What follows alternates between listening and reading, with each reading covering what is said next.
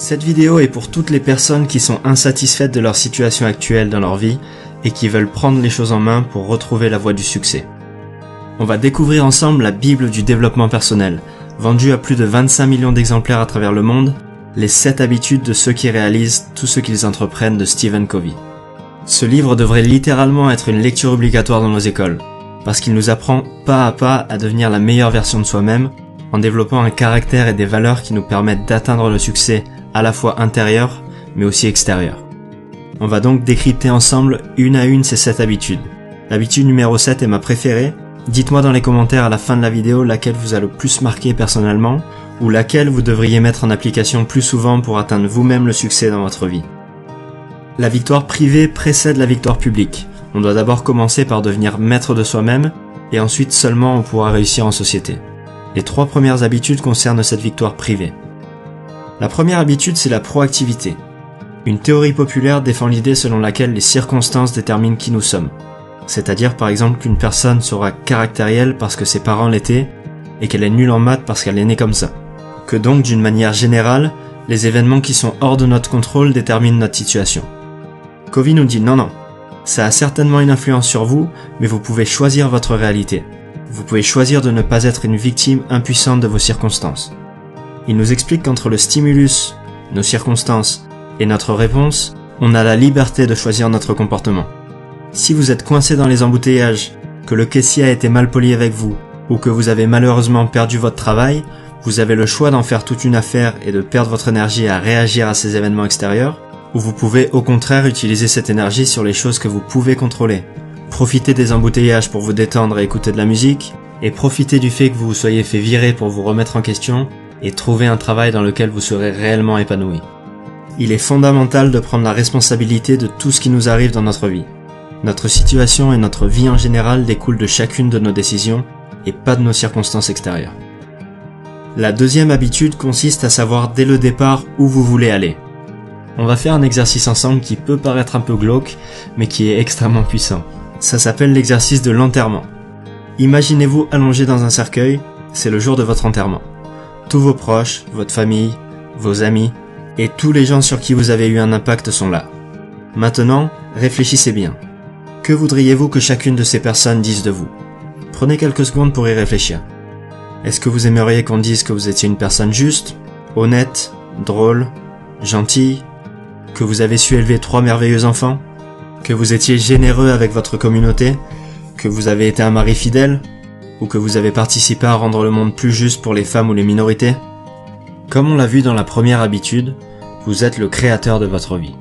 Vous êtes peut-être en train de réaliser que jusqu'à aujourd'hui, vous avez vécu un scénario dont vous avez relégué la responsabilité aux circonstances et à votre entourage. Mais vous pouvez changer et devenir créateur d'une vie à la hauteur de votre potentiel. Covey nous propose d'écrire notre énoncé de mission personnelle pour nous guider dans notre vie. Une sorte de philosophie personnelle qui résume ce que vous voulez être, votre caractère, un mari aimant par exemple, ou une personne juste en toutes circonstances, ce que vous voulez faire, par exemple rendre accessible une alimentation saine à tous, ce qui fait partie de ma mission personnelle, et les valeurs et principes sur lesquels vous basez ces actions, l'intégrité et la gentillesse par exemple. Avoir un énoncé de mission personnelle, c'est extrêmement puissant, parce qu'en toutes circonstances, vous ne basez pas vos actions et vos décisions sur ce que va penser un tel ou pour impressionner un autre. Vous faites ça parce que c'est en accord avec vos convictions les plus profondes. Ça vous donne une confiance en vous incroyable. Maintenant que vous êtes proactif et que vous savez où vous voulez aller, vous connaissez vos priorités. La troisième habitude consiste à donner la priorité aux priorités. Il existe 4 sortes de priorités. Les activités importantes et urgentes, les crises et les problèmes pressants. Le deuxième type sont les activités importantes non urgentes, la prévention, la planification, l'approfondissement des relations sociales ou des connaissances. Ensuite, on a les activités non importantes mais urgentes, un téléphone qui sonne par exemple. Et enfin, les activités non importantes et non urgentes, comme ouvrir le courrier ou scroller sur le fil d'actu Facebook par exemple. Les personnes efficaces concentrent leur énergie sur ce genre d'activités, les activités importantes mais non urgentes. Ils font du sport, mangent sain, passent du temps avec leurs proches, travaillent sur leur vision et travaillent à l'avance sur leurs dossiers importants au travail. Cela leur permet de limiter les situations de crise comme les divorces, les problèmes de santé ou simplement les deadlines au bureau. Ils sont focalisés sur leur vision et se laissent très peu distraire par les activités peu importantes qu'ils apprennent à éviter ou à déléguer. Les choses qui importent le plus ne doivent jamais être à la merci de celles qui importent le moins. Maintenant que ces 3 habitudes vous ont forgé un caractère et une éthique irréprochables, vous avez obtenu votre victoire privée. Vous allez pouvoir vous mettre en quête de votre victoire publique grâce aux 3 habitudes qui suivent. La 4e habitude, c'est penser gagnant-gagnant. Ceux qui réussissent ont compris que les meilleurs deals dans le business et dans la vie en général sont ceux qui bénéficient à tous les partis, pas seulement à eux-mêmes. Il s'agit pas d'être gentil, et c'est pas non plus une astuce de court terme. C'est un code de conduite à intégrer dans notre caractère. Beaucoup apprennent à baser leur estime personnelle sur la comparaison et la compétition avec les autres. On pense que pour gagner, il faut que quelqu'un d'autre perde. Mais les personnes qui réussissent savent que pour aller loin, il faut que les gens qui ont eu affaire avec nous aient également eu le sentiment d'avoir profité de cette interaction. La 5e habitude à prendre, c'est de chercher d'abord à comprendre, puis à être compris. La communication est fondamentale dans notre société. On passe des années à apprendre à lire, à écrire et à parler, mais on nous a jamais appris à écouter. Ce qui fait que quand on parle avec quelqu'un, on écoute simplement pour préparer notre réponse, sans vraiment chercher à comprendre. Et on va avoir tendance à analyser et juger ce que disent les autres en se basant sur notre expérience.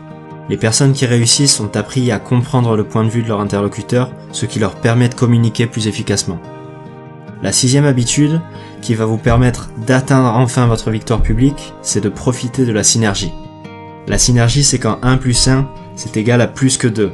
Quand 2 personnes s'allient pour obtenir un résultat plus grand que celui qu'ils auraient obtenu seuls.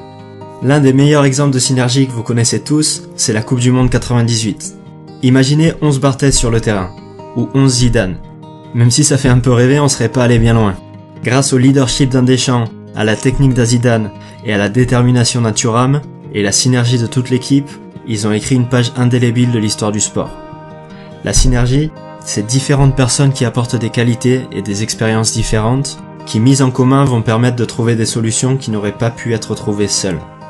Et la 7e et dernière habitude consiste à aiguiser vos facultés. Stephen Covey raconte l'histoire d'une personne qui marche dans la forêt et qui voit quelqu'un qui est en train de scier un arbre. Il le voit galérer et il lui dit « Tu devrais prendre quelques minutes pour te poser et aiguiser ta scie, tu gagnerais beaucoup de temps. » Et la personne lui répond « Je suis trop occupé à scier mon arbre pour prendre le temps d'aiguiser ma scie. » L'habitude 7 vous propose de prendre le temps d'aiguiser vos facultés et de prendre soin de vous. Elle englobe les 6 habitudes précédentes parce qu'elle les rend possibles, en préservant et en renforçant le meilleur atout dont vous disposiez, vous-même, et ça passe par l'entretien de 4 aspects fondamentaux. L'aspect physique, en faisant du sport régulièrement, en mangeant sain et en vous reposant suffisamment. L'aspect mental, grâce à la lecture, la visualisation, la planification et l'écriture notamment, qui vont permettre votre développement intellectuel. L'aspect socio-émotionnel, grâce aux relations que vous avez avec votre entourage et à votre sécurité interne. Et pour finir, le 4e, c'est l'aspect spirituel, grâce à votre système de valeurs et à des pratiques comme la méditation ou la prière pour les croyants, qui vont permettre de vous connecter à votre éthique et à vos croyances les plus profondes. Et c'est grâce à cette dernière habitude que vous pourrez atteindre le réel succès.